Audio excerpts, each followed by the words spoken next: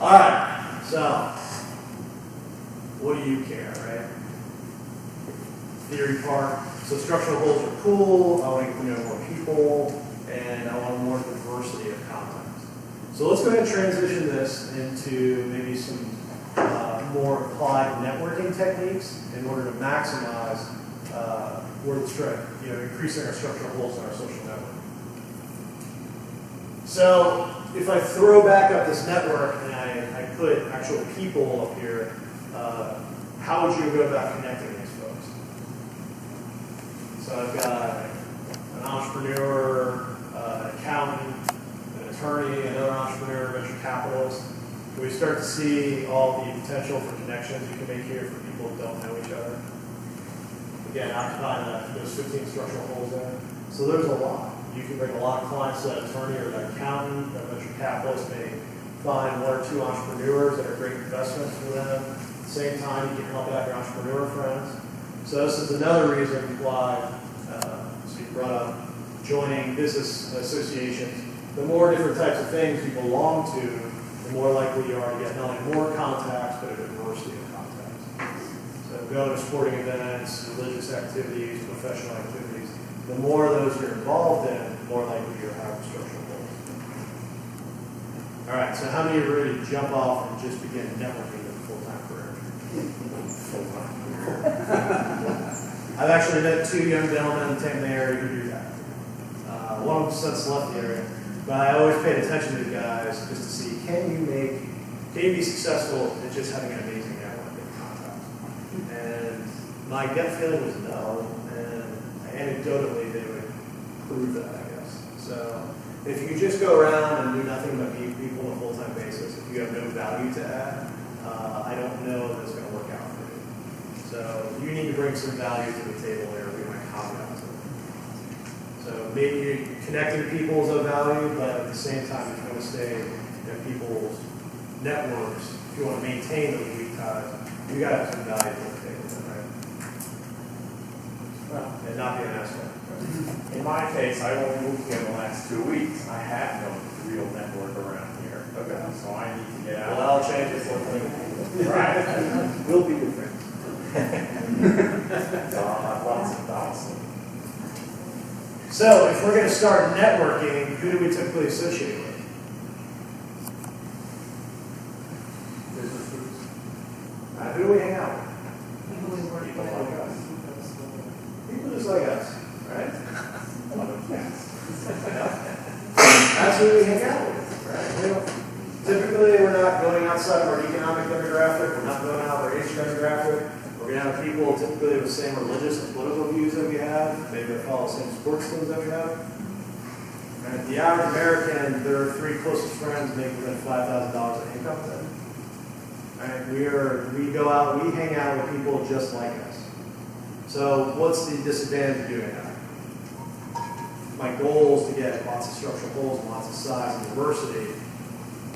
Restrictions. It's a huge restriction, right? Because who we want to hang out with, and this goes for your family, who they want to hang out with isn't necessarily advantageous when you want to hang out professionally for your family.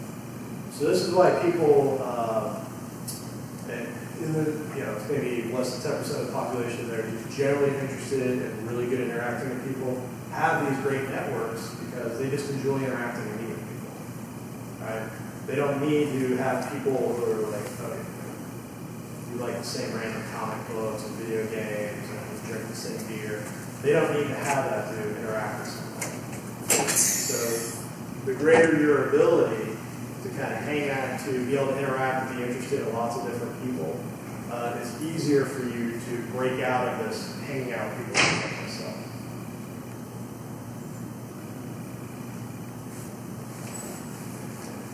Okay, so if we look at this at a large scale, it's kind of interesting because we see a big clustering effect of folks out there. So for example, we've got all these different types of professions that all cluster around each other. So not only do we hang out with people that like us, but we also tend to all settle in the same areas. So people with the same professions all typically live around each other in the same urban areas. There's also clustering in the United States based on personality types. So in Central Florida, we are a cluster of people high conscientiousness and high agreeableness. I what? High conscientiousness, which is need achievement or work ethic, and agreeableness, meaning is it important for me that you feel like you're getting along. So that's the cluster in the southeast, but in particular in Florida. New York, it's high in openness, which is intellectual curiosity, and neuroticism, which is the opposite of emotionalism. Go out to the West Coast, it's high in openness, but also low in neuroticism, or high emotional stability. So when we start all this anecdotal stuff, we can kind of see that. So who we hang out with, when you start to magnify that at a national level, we can kind of see both the professional and personality characteristics, how people cluster around each other. That explain why people move from one location to another and don't get along in that location and move back. That absolutely. Nobody's like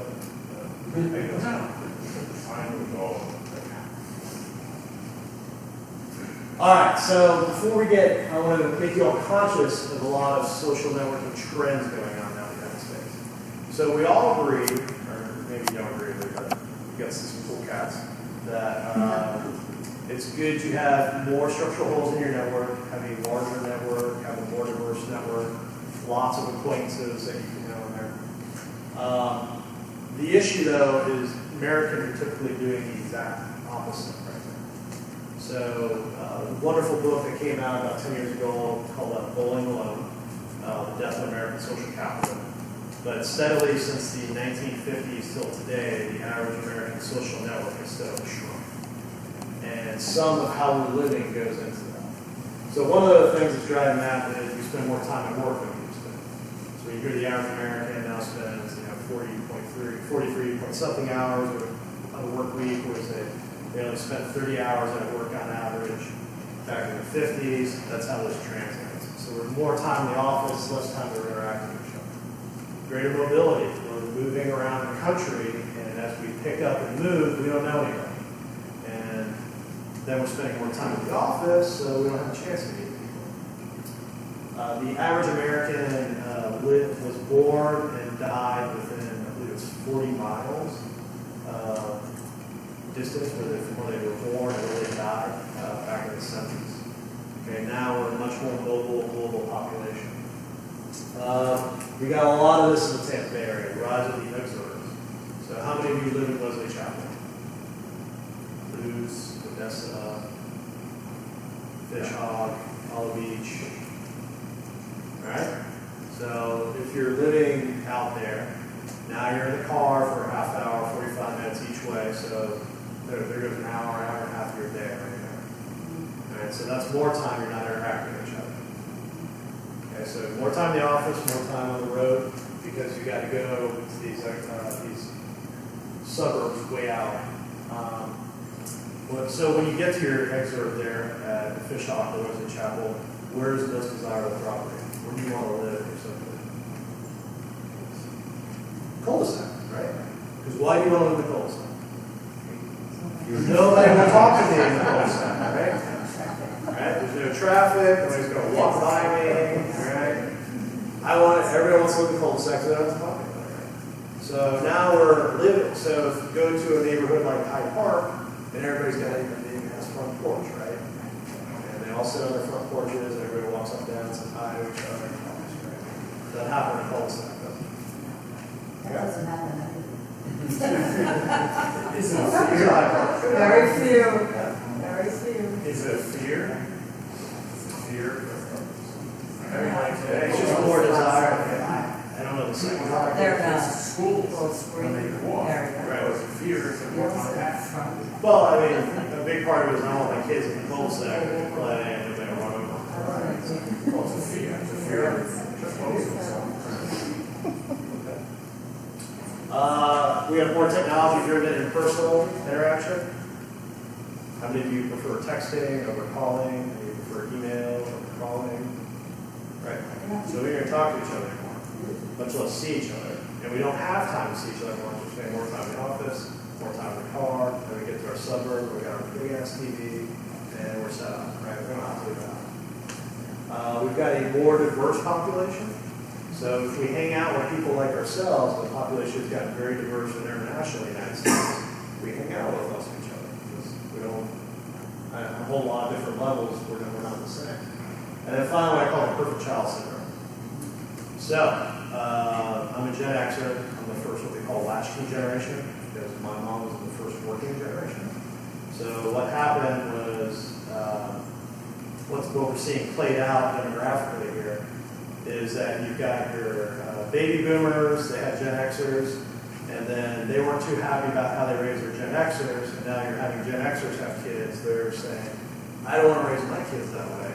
And you've got two sets of baby boomer parents saying, grandparents saying, I want to make up for maybe the parenting shortcomings I have with my kids on my grandparents.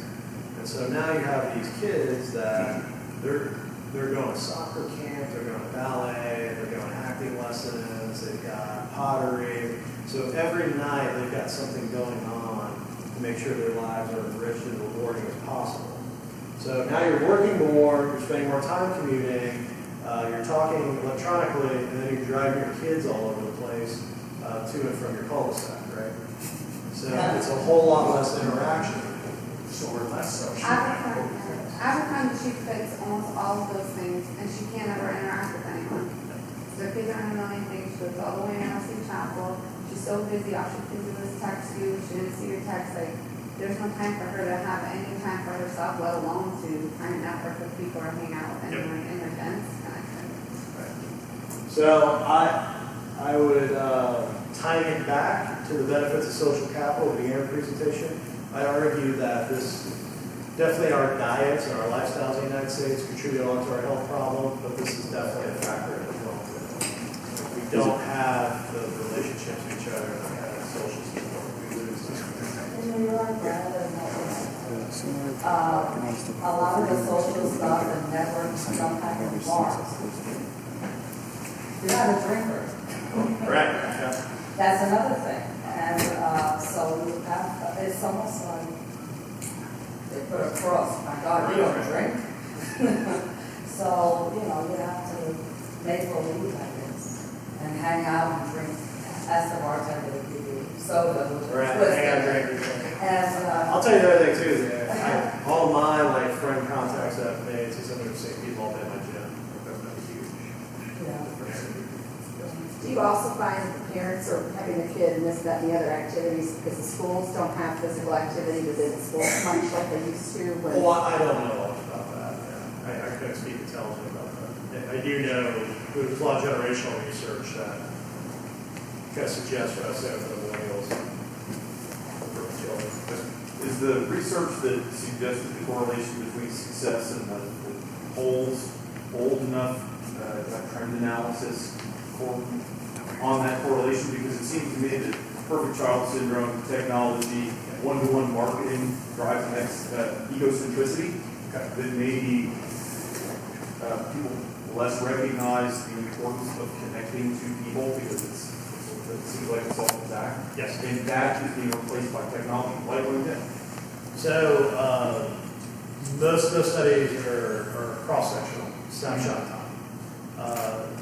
Ron Berg, who's really the kind of brainchild behind structural holes, is his idea. He teaches at the University of Chicago, and they did a longitudinal study of their MBA students. Mm-hmm. And a lot of the big one that came out of that was seeing these students go out in the workplace being negatively related to downsizing. So companies that downsize, they still kept people had more structural holes in the network, and then they got promoted faster, they had larger salaries. So in that study, all that was supported, following people over time. Well, hardly could suggest that people who still recognize the benefit of bridging structural holes will become even more successful. Right, absolutely. Yeah, and before they had all social network theory out there, it was kind of one of the original management studies going back in the 50s was Bell Labs. And they wanted to identify who their star management was. And what they found is it wasn't personality or leadership skills or any of these things. It was the people that they thought were real stars in the organization and occupied what they call white space. They were really good guy in marketing who knew everybody in engineering, or being the guy in engineering who knew everybody in procurement to make that connection. So it sounds a lot like a structural hole, right?